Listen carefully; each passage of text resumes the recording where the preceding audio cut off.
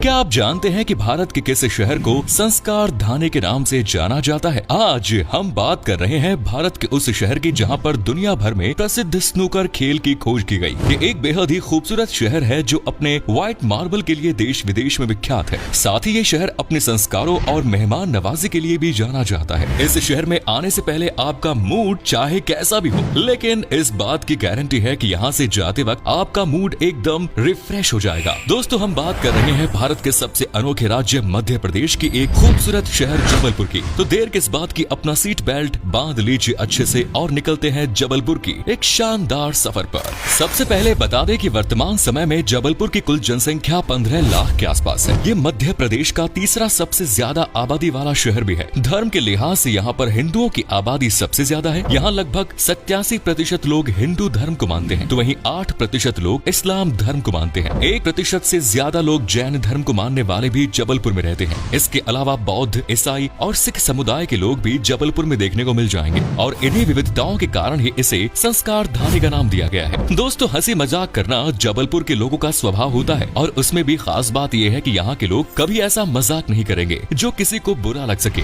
जबलपुर शहर का इतिहास काफी पुराना है, जिसकी तुलना काशी और मगध साम्राज्य से भी की जाती है। यहाँ अनेकों ऐसी जगह है जहाँ आप घूमने के लिए जा सकते हैं। इसे इंदौर और भोपाल के बाद ये मध्य प्रदेश का तीसरा सबसे प्रमुख शहर माना गया है। जबलपुर पर कालचूरी, गुप्त, हर्ष, सुगंस, भील, गौंड, मराठा और कालाचूरी जैसे अनेकों साम्राज्य शासन कर चुके हैं। जबलपुर को मध्य प्रदेश की कल्चरल कैपिटल और न्यायिक राजधानी भी कहा जाता है, क्योंकि मध्य प्रदेश का उच्च न्यायालय इसी शहर में स्थित है। जबलपुर शहर नर्मदा नदी के तट पर बसा हुआ है और प्राचीन समय से लेकर आज तक नर्मदा नदी को एक पवित्र नदी के तौर पर पहचाना जाता है। मध्य प्रदेश के लोग नर्मदा नदी को मां नर्मदा कहकर बुलाते हैं। कहा जाता है कि जबलपुर शहर को जबाली नाम के एक ऋषि ने बसाया था। ऋषि जबाली ने यहाँ आकर तपस्या करनी शुरू की थी और उन्हें ये जगह इतनी पसंद आई कि उन्होंने यहाँ एक नगर बसाने का फैसला किया। इसके बाद इस जगह का नाम ऋषि जबाली के नाम पर ही जबालीपुरम रख दिया गया। इसके अलावा समय समय पर इसे त्रिपुरा तीर्थ और जबलगढ़ जैसे कई नामों से पहचान मिली। जबल का अर्थ होता है रॉक और पुर का मतलब होता है नगर, यानी पत्थरों का शहर जबलपुर को कहा जाता है, क्योंकि यहाँ पर आसपास मार्बल्स की ढेरों चट्टानें मौजूद है। जबलपुर का लिटरेसी रेट 83% तक पहुँच गया है, जो भारत के अन्य शहरों के मुकाबले और देश के औसत लिटरेसी रेट से काफी बेहतर नजर आता है। आपको जानकर हैरानी होगी कि आजादी के बाद जबलपुर को मध्य प्रदेश की राजधानी बनाने की मांग उठी थी और इसे राजधानी बनाने का फैसला पक्का माना जा रहा था, लेकिन राजनीतिक साजिशों के तहत जबलपुर की बजाय भोपाल को मध्य प्रदेश की राजधानी बनाया गया। आज भी जबलपुर के लोग इसे मध्य प्रदेश की राजधानी बनाने की मांग करते हैं। जबलपुर और इसके आसपास के जिले जैसे शहडोल, कटनी, छिंदवाड़ा, नरसिंहपुर, मंडला, बालाघाट आदि लंबे समय से महाकौशल नाम के एक अलग राज्य की मांग भी कर रहे हैं। महाकौशल पॉलिटिकल पार्टी इस पूरे मामले को और ज्यादा तूल देती नजर आती है। जबलपुर में सबसे ज्यादा हिंदी भाषा का प्रयोग भी किया जाता है। हालांकि इसके अलावा अंग्रेजी, उर्दू और मराठी भाषा में बात करते हुए भी कुछ लोग नजर आ जाएंगे। आपकी जानकारी के लिए बता दें कि गोंड राजाओं द्वारा जबलपुर में 52 ताल तलैया बनवाए गए थे, जो आज भी इस शहर का प्रमुख आकर्षण का केंद्र है। हालांकि कई तालाब समय के साथ नष्ट भी हो गए, लेकिन कई ताल ऐसे हैं जो आज भी काफी बेहतरीन हालत में हैं और टूरिस्ट डेस्टिनेशंस के रूप में अपनी पहचान बनाने में कामयाब हुए हैं। दोस्तों, आपको बता दें कि दुनिया भर में पसंद किए जाने वाले स्नूकर खेल भी जबलपुर में ही पहली बार खेली गई थी। सन 1875 में ब्रिटिश अधिकारियों द्वारा स्नूकर खेल की खोज जबलपुर में की गई थी और यहीं से ये खेल पूरी दुनिया में लोकप्रिय हुआ। दोस्तों, जबलपुर में बड़ी संख्या में लोग आज भी रेडियो को एक अच्छा मनोरंजन का साधन मानते हैं। आपको बता दें कि साल 2017 में जबलपुर शहर को भारत के सबसे स्वच्छ शहरों की सूची में भी शामिल किया जा चुका है। जबलपुर की खूबसूरती कई बॉलीवुड फिल्मों में भी दिखाई जा चुकी है।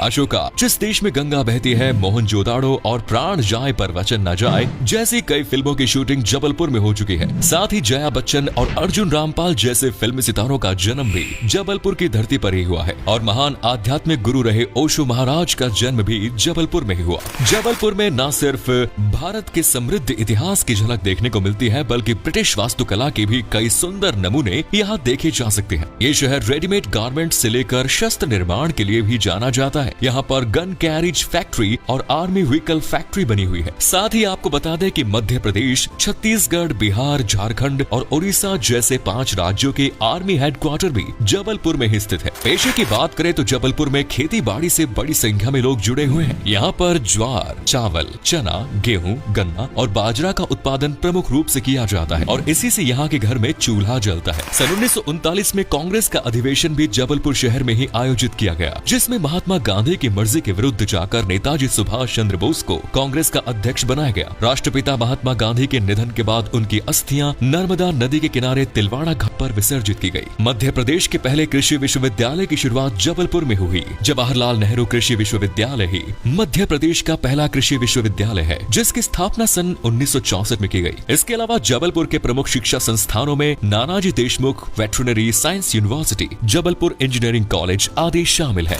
जबलपुर शहर अपने लजीज खाने और संस्कृति के लिए भी मशहूर है। अगर आप जबलपुर जाएं तो यहाँ की फेमस खोए की जलेबी टेस्ट करना बिल्कुल मत भूलिएगा। यकीनन ऐसी जलेबी आपको हिंदुस्तान के और किसी कोने में खाने को नहीं मिलेगी। इसके अलावा कोपरा पाक, पिलाक, साबूदाना खिचड़ी, समोसा, रबड़ी, मालपुआ और पोहा भी जबलपुर की स्पेशलिटी मानी जाती है। दोस्तों, जबलपुर के सभी त्योहारों में यहाँ की संस्कृति और लोक नृत्यों की झलक आपको देखने को मिलेगी। मटकी, फूलपति और गिरी डांड यहाँ के प्रमुख लोक नृत्य हैं। यहाँ एक जातीय समूह है जो इन डांस फॉर्म्स का अभ्यास करते हैं। इन समूहों को कंजर और बंजारा भी कहा जाता है। अगर आपको शॉपिंग करना पसंद है तो इस मामले में भी जबलपुर आपको तहे दिल से स्वागत करेगा और कभी निराश होने का कोई मौका नहीं देगा। जूट से बने प्रोडक्ट्स, हैंडक्राफ्ट्स, चंदेरी और महेश्वरी सारी जैसी चीजें आप जबलपुर से खरीद सकते हैं। शॉपिंग के लिए आप सदर बाजार, कमानिया गेट और गोरखपुर मार्केट विजिट कर सकते हैं। इन सब के अलावा जबलपुर में घूमने के लिए आपके पास ढेरों ऑप्शन है। चलिए अब आपको यहाँ के प्रसिद्ध टूरिस्ट डेस्टिनेशंस के बारे में बता देते हैं, जिन्हें देखने के बाद यकीनन जबलपुर घूमने की आपकी चाहत और ज्यादा बढ़ जाएगी। भेड़ घाट में बनी मार्बल रॉक इस शहर की सबसे प्रसिद्ध जगह है। यहाँ चारों तरफ आपको संगमरमर की चट्टानें नजर आएंगी। नौका विहार के जरिए आप इन चट्टानों को करीब से देख सकते हैं और यहाँ पर नाव चलाने वाले नाविकों का भी एक अलग ही अंदाज होता है। पूरे सफर के दौरान वे मजेदार चुटकुले और शायरी बोलकर आपका मनोरंजन करते रहेंगे,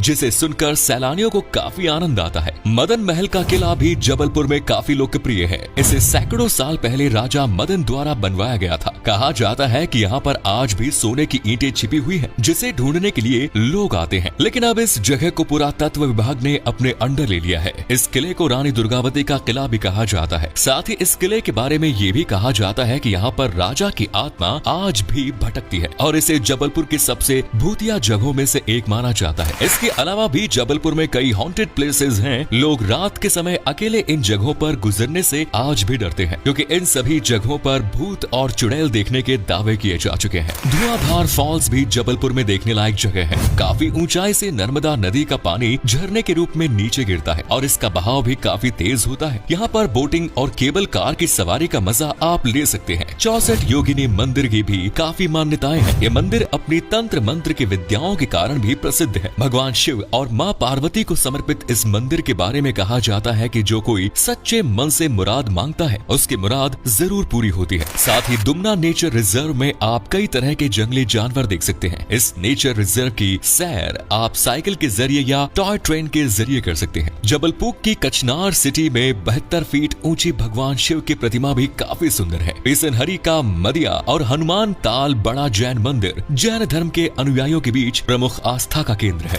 जबलपुर में सबसे देखी जाने वाली चीज है यहाँ की बैलेंसिंग रॉक। इसको देखने के लिए लोग काफी उत्सुक रहते हैं। इस चट्टान को देखकर ऐसा लगता है जैसे हाथ लगाते ही ये चट्टान गिर जाएगी, लेकिन सदियों से ये चट्टान ऐसा ही स्थिर है। कई भूकंप और मौसम की मार का भी इस पर असर नहीं हुआ। ये कुदरत का एक करिश्मा ही कहा जा सकता है। इन सभी जगहों के अलावा आप Bhanwartal garden, Tagore garden, Rani Durgavati museum, लम्हेता घाट जैसी जगहों पर भी घूमने के लिए जा सकते हैं। आपकी जानकारी के लिए बता दें कि जबलपुर की गिनती आज भारत के बड़े शहरों में की जाती है। रेल, सड़क और हवाई मार्ग के जरिए ये भारत के लगभग सभी बड़े शहरों और राज्यों से सीधा जुड़ा हुआ है। जबलपुर एयरपोर्ट और जबलपुर जंक्शन मध्य प्रदेश का सबसे तीसरा व्यस्त हवाई अड्डा और रेलवे स्टेशन है। साथ ही बस और अपनी पर्सनल कार के जरिए भी आप जबलपुर तक पहुंच सकते हैं। जबलपुर का बस टर्मिनल भी भारत के सबसे स्वच्छ बस टर्मिनल्स में से एक माना जाता है। अब आपको बताते हैं कितने पैसे खर्च करने पड़ेंगे मध्य प्रदेश की सैर पर। अगर आप अकेले सफर कर रहे हैं तो आपको हफ्ते में लगभग 30,000 रुपए खर्च करने पड़ेंगे, जो कि काफी सस्ता पड़ता है। और यहाँ आपको कम से कम पैसों में अच्छे से अच्छे होटल मिल जाएंगे रहने के लिए। तो दोस्तों, ये था खूबसूरत शहर जबलपुर। कैसा लगा बताइए कमेंट्स में। आप में से अगर कोई है जबलपुर या फिर मध्य प्रदेश से तो हमें कमेंट्स में जरूर बताइए। अगर नहीं है तो बताएं क्या कभी आपने विजिट की है इस शहर की, और अगर की है तो आपका एक्सपीरियंस कैसा रहा ये भी हमारे साथ शेयर कीजिए। वीडियो को लाइक कीजिएगा और अपने दोस्तों और रिश्तेदारों के साथ शेयर